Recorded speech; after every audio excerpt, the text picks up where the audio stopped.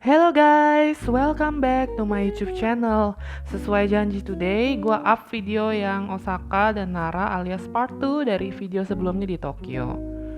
For the transportation here is pretty similar with Tokyo, jadi kemana-mana akan naik kereta dan kartu Sika yang gue beli di Tokyo masih bisa dipakai di sini, gengs.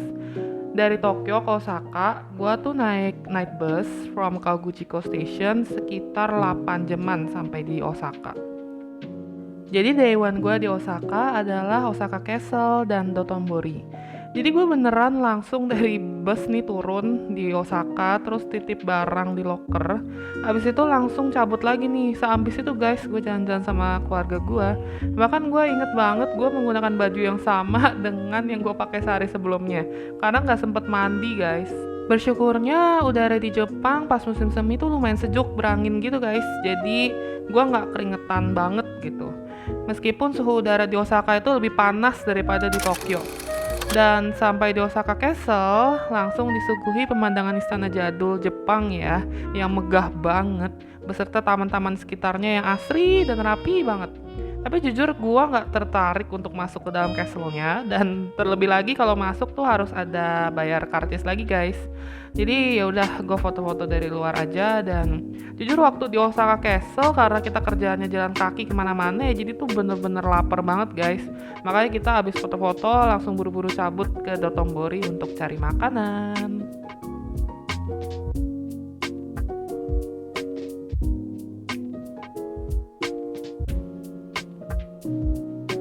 Akhirnya sampai juga di Dotonbori. Ini kayaknya tempat ngumpul semua orang ya kalau lagi di Osaka.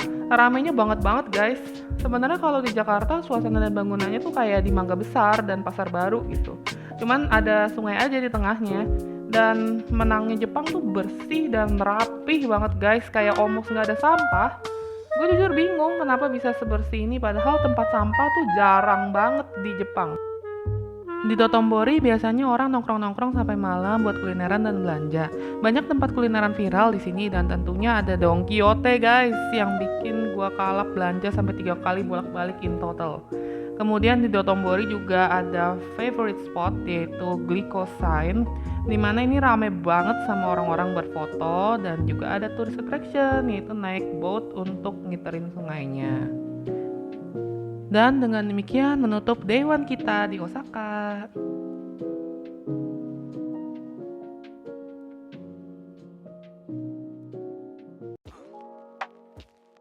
Trip hari kedua kita di Universal Studio. Tapi kali ini yang masuk cuman gue dan Ci gue aja. Karena bokap nyokap gue udah males ke amusing park lagi after Disney Sea Tokyo. Jadi mereka cuman bareng-bareng foto di logo icon Universal Studio aja guys. Yaitu si bola dunia berputar dengan logo Universal. Untuk ke Universal Studio itu bisa naik MRT guys. Dan turun di stasiunnya bener-bener nggak jauh dari pintu masuk Universal Studio. Dan untuk tiket masuk kalian bisa beli langsung di sana tapi ngantri, atau bisa juga lewat Klook. Waktu itu gua beli di Klook sekitar 900 ribuan karena hari biasa.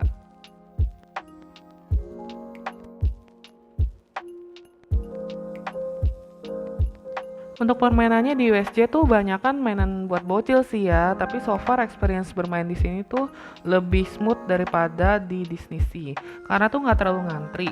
Ini gue juga nggak tahu ya apa karena gue perginya pas weekday, dan juga untuk makanannya tuh lebih enak daripada Disney Sea, souvenirnya juga lebih bagus-bagus gitu guys dibanding Disney Sea. Kalian tuh harus coba Turkey Legs di USJ, jujur enak banget.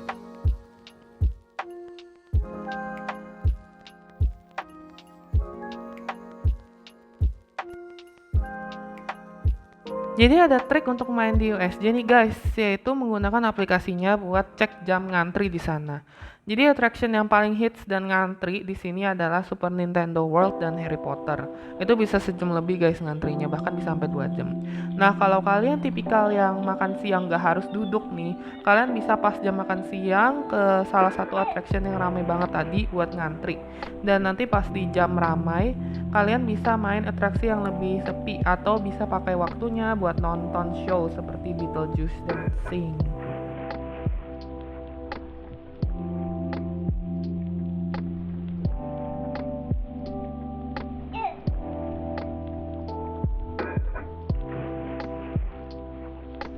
Menurut gua atraksi yang paling seru waktu main di Harry Potter World ya, karena gamesnya tuh asli seru banget.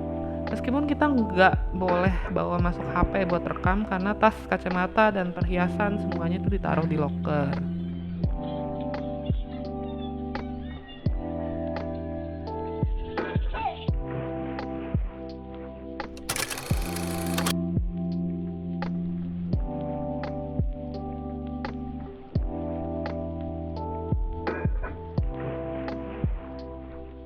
Sementara untuk Nintendo World itu menurut gue lebih ke lucu ya, nostalgia masa-masa gue main Nintendo Wii yang sekarang alatnya udah rusak entah mana. Kalau untuk gamesnya sih ya bukan yang seru banget, tapi gue salut banget sama tim dekorasi USJ ini. Asli niat banget ya, jadi walaupun kita harus ngantri, tapi nggak sesetres itu karena disuguhi dekorasi dan visual yang lucu-lucu dan lumayan interaktif gitu dengan pengunjung.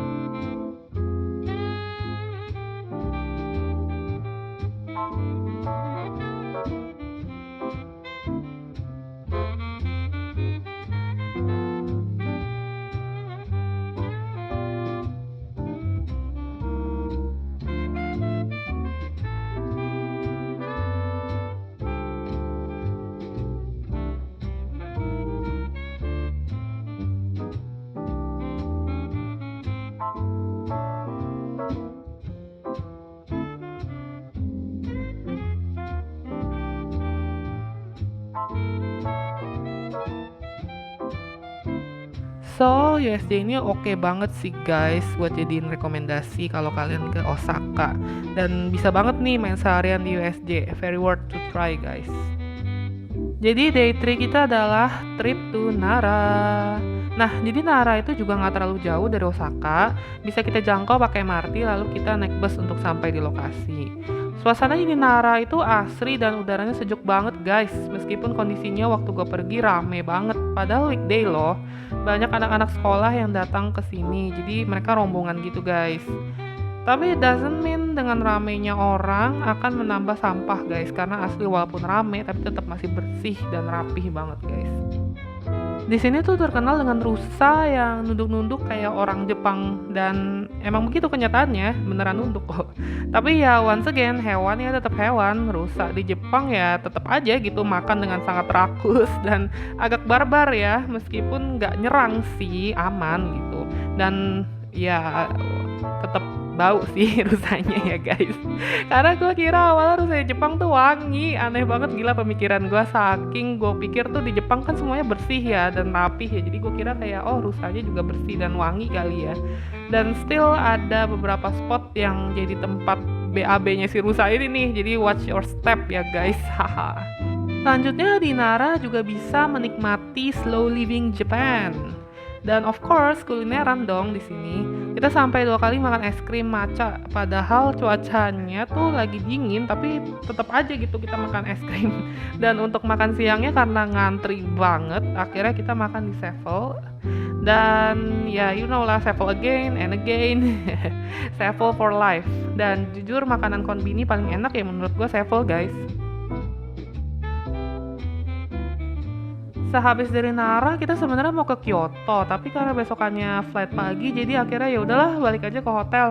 Dan malamnya akhirnya kita ke Dotonbori lagi buat cari makan dan ke Donki lagi dong guys, untuk terakhir kalinya nih penghabisan gitu ya. Aduh, udah jadi sobat Donki banget ya. Sebelum balik ke Jakarta pokoknya terakhir kali nih ke Donki lagi. And that's all our trip in Osaka, dan yes, besokannya udah harus balik lagi ke Jakarta untuk bekerja. Sekedar trik nih ya di Jepang, jadi kalau kalian mau pindah kota di Jepang yang lumayan jauh, gue saranin pakai night bus sih guys. Karena waktu itu gue dari Kawaguchiko ke Osaka naik bus cuman 900 ribuan rupiah. Sementara kalau Shinkansen itu bisa sampai 1,6 juta guys. Terlebih lagi kalau kalian yang orangnya telor nih atau tempel langsung molor, bisa banget nih tidur di bus alias hemat akomodasi juga kan satu malam. Karena Jepang tuh menurut gue yang paling pricey dan gak bisa dihindari gitu adalah transportasinya dan akomodasinya. Sementara kalau makanan sebenarnya mostly harga makanannya tuh kayak di mall-mall Jakarta Selatan ya ukurannya. Tapi kalau kalian bisa makan di konbini ya akan lebih hemat pastinya. Dan tenang aja guys, di Jepang tuh nggak ada namanya barang yang murahan ya guys. Mereka tuh sangat mengedepankan quality. Bahkan sampai ke makanannya juga semuanya berkualitas. Even makanan konbini juga semuanya berkualitas. Jadi that's all about my trip in Japan. If you like my video, please like and subscribe to my channel. Bye and see you again guys in the next trip.